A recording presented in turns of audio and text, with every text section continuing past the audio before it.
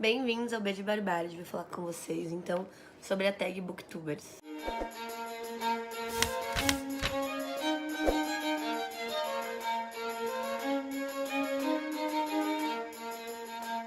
Bom, sempre que vocês me veem com um caderninho na mão, então é dia de tag. E essa tag, há um tempo já, eu fui marcada pela Ângela, do canal O Sol no Quintal. E ela é uma tag bem simples, bem bacana, em que eu relaciono um booktuber a um livro, e eu explico o porquê eu acho que o enredo desse livro tem a ver com esse booktuber. São 10 booktubers, então vamos lá. A primeira booktuber que eu vou falar aqui, então, é a Thalia Zotina, do Literatura. Ela voltou há pouco tempo a produzir conteúdo lá pro Instagram, de volta no YouTube, e eu adoro quando eu vejo notificação de coisa dela. Eu coloquei aqui o livro A Ridícula Ideia de Não Voltar a Ver-te. Esse livro eu li em 2017, e só tinha em espanhol, mas agora todavia vai lançar em português, então eu tô bastante empolgada. E por que eu acho que esse livro me lembra um pouco a Tari? Porque esse livro, a Rosa Monteiro escreve em cima dos diários da Marie Curie, quando o marido dela morreu.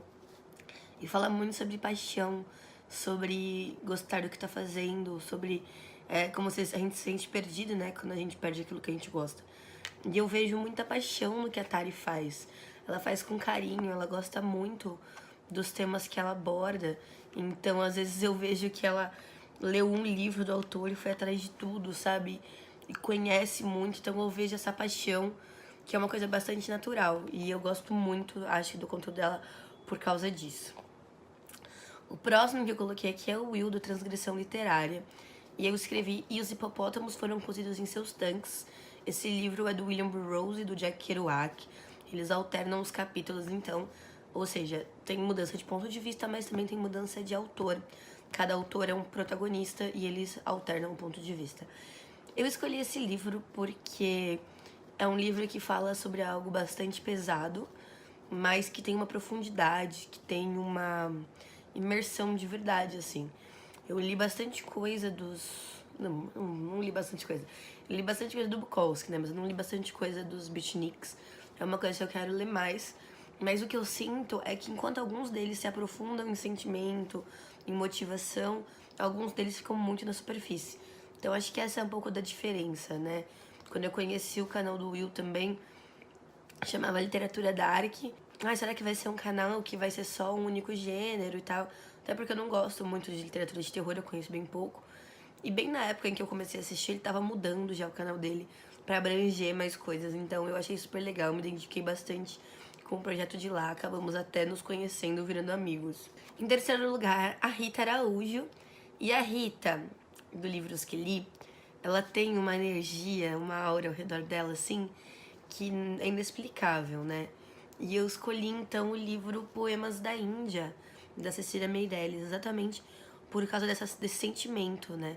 A Cecília, nesse livro, fala bastante das frutas, dos cheiros, dos sabores, dos incensos, e dá esse sentimento de que a energia ao seu redor tá gostosa, que eu também acho que o que todo mundo sente quando a Rita aparece em algum canto, né?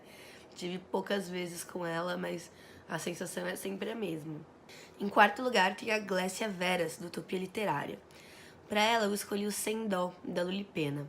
E por que isso? O Sem Dó é um quadrinho que se passa na década de 20 e que tem grandes partes em silêncio, como se fosse um cinema mudo mesmo. É realmente uma ambientação daquela época. E eu achei muito bacana conhecer a Glésia, porque pessoalmente ela tava toda quietinha assim, mas ela abria a boca, ela falava, ela era muito pontual no que ela dizia. E sabe aquelas pessoas que não precisam levantar voz, que não precisam fazer piada, mas que as pessoas prestam atenção no que elas estão falando? A Glésia é esse tipo de pessoa. Mas a Glésia tem toda essa delicadeza que acho que me chama atenção exatamente por ser o oposto, assim. Porque parece que é tão natural, ela não se esforça, né? Pra chamar atenção, no sentido de prestarem atenção no que ela tá falando. E eu acho isso incrível. Em quinto lugar, eu escolhi a Mária Del Chico. E eu coloquei, então, pra ela A Vida Invisível, de Eurídice Guzmão. Eu escolhi esse livro porque a Mari, ela tem uma ligeireza, assim. Ela tem comentários, ela tem caras e bocas que me lembraram muito a narradora do Eurídice Guzmão, que é muito astuta, que é muito sacadas, assim. Então, na hora que eu comecei a pensar, me veio isso. E ainda por coincidência, a capa do Eurídice Guzmão é um contorninho, né, da blusinha aqui do cabelo. E o cabelinho da Mari Del Chico não é igual ao do Eurídice, mas também é um cabelinho super fofo, super moderno, curtinho, que combina muito com ela. Acho que tem essa ideia de praticidade e presteza, que eu vejo muito, principalmente nos stories dela. Ela falando do trabalho dela, do home office, eu acho muito bacana. Em sexto lugar, a Ana Lu Bussular, do Livros e Mais. E eu escolhi o livro Bordados, da Marjane Satrapi. Eu escolhi esse livro porque eu achei muito bacana o que a Marjane faz nesse quadrinho, que é o seguinte. Ela coloca a família para conversar sobre um assunto, as mulheres, e ela vai pontuando ali dentro questões que têm a ver com gênero. Então ela vai falar sobre prazer sexual, sobre esconder tal coisa ou outra, sobre modo de se vestir. E eu acho que a Ana tem essa questão de falar de uma forma bastante casual na conversa sobre o feminismo, sobre opressões. Então, eu acho que é esse tipo de coisa que a gente precisa. É claro que a gente tem grandes especialistas pontuando, dando definições, e isso é igualmente importante. Mas eu acho que conversar de boa, de igual para igual, é isso que torna o nosso feminismo popular. É isso que faz com que as pessoas queiram ouvir a respeito, se interessem. E a gente precisa atingir pessoas que não iriam naturalmente para esse espaço. Eu acho que o trabalho da Ana trabalha muito nesse sentido, então eu escolhi Bordados. Em sétimo lugar, a Tarsila Tanhan, a Vratatá. Eu coloquei aqui para ela, então, o oitavo selo, da Heloísa Seixas. E eu escolhi esse livro por causa da intensidade. A Tarsila, ela é toda pequenininha, toda fofa, mas basta ver alguns vídeos dela para ver como ela tem força na sua atuação, né? Ela é atriz, como ela vai da raiva, o amor, a tristeza, e como é muito bonito, assim, o trabalho que ela faz aqui no YouTube. Inclusive, acho que as pessoas deveriam assistir mais o canal da Tarsila, porque é um dos mais bem produzidos, uns que provavelmente dá mais trabalho. Eu dei uma roubadinha porque ela não é exatamente booktuber, né? Ela fala de cultura em geral, mas como ela fala bastante de livros, eu me senti no direito de indicar aqui pra vocês. O Oitavo Selo é um livro em que a Heloísa Seixas fala sobre as quase 8 mortes do marido dela. E ela fala das partes do corpo, então ela fala do rim, do pulmão, da cabeça, que são os espaços em que ele foi acometido por alguma doença ou por algum acidente. E eu acho que é totalmente visceral, né? Assim como eu vejo a Tarsila, desde a sua delicadeza, conversando quando no seu ímpeto, quando ela quer alguma coisa. Então, com certeza, é esse livro. Em oitavo lugar, eu coloquei o Zé e a Fernanda, do Livros e Curtidas. E por que eu coloquei os dois e não separei? Eu fiquei pensando um tempão em um livro para cada um.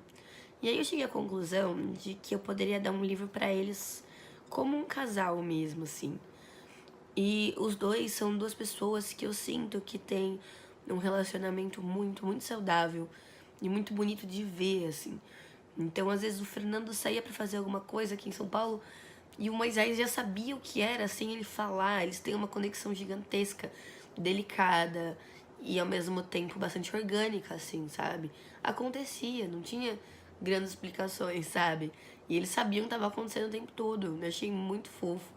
E os dois são pessoas maravilhosas, assim. Eles são diferentes, não são opostos, são diferentes. Mas é muito bacana conversar com eles. E uma coisa interessante também é que eu, como espectadora, quando eu via eles gravando vídeos, eu sempre me perguntava, quando eles gravavam juntos, né? Sempre me perguntava se era meio roteirizado, assim.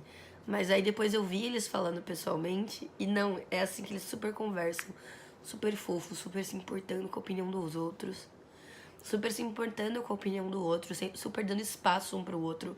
E acho que isso é sensacional, assim. Relationship goals, real, gente. E aí eu escolhi pra eles, então, a Imensidão Íntima dos Carneiros, que é um livro que fala de uma coisa muito triste, mas que ele fala de uma forma doce, delicada, mágica e orgânica. Eu acho que isso representa os dois muito bem.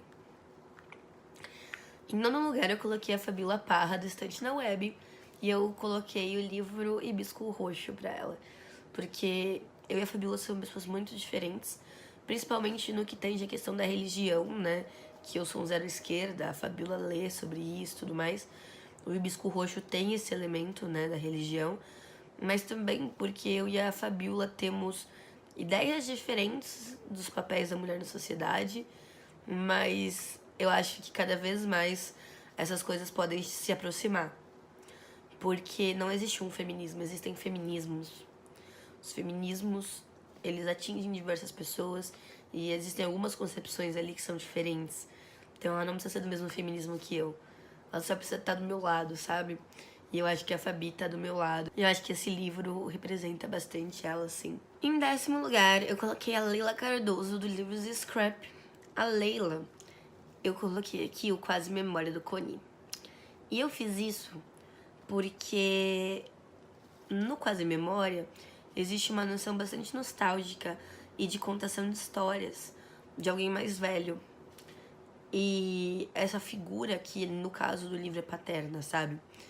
E eu, quando penso na Leila, eu penso muito nela falando da filha dela, a Clarinha. Diversas vezes ela vem contar pra gente que ela aprendeu com a Clarinha, que a Clarinha apresentou um livro pra ela. E poucas vezes na minha vida eu vi um pai e uma mãe falando de um filho nesse nível de igualdade. Não porque não exista uma hierarquia, mas porque existe um respeito mútuo, existe um interesse mútuo, existe uma mínima noção de que você tem a aprender com o seu filho tanto quanto ele tem a aprender com você. Então, eu penso exatamente na Leila desta forma, assim, sabe? E a minha admiração cresceu muito por ela quando eu conheci ela nos grupos lá de WhatsApp, de canais, e acabei, então, vendo esse lado dela, que às vezes aparece no canal, sim, ela falando da Clarinha, mas pessoalmente ela fala mais pra gente, e eu sempre acho uma delícia, sempre são coisas positivas, sabe? Eu acho que eu nunca vi a Leila falar mal, criticar, reclamar, que é o que eu mais escuto dos pais, assim, então é um relacionamento que eu admiro muito. Bom, pessoal, é isso. Todas as pessoas que eu comentei aqui estão tagueadas pra fazer essa tag no canal de vocês, então façam, me marquem. Eu quero muito ver a resposta. Espero que vocês tenham gostado desse vídeo. Se gostaram, se inscrevam no canal Canambalia com o meu rosto, que vai aparecer aqui.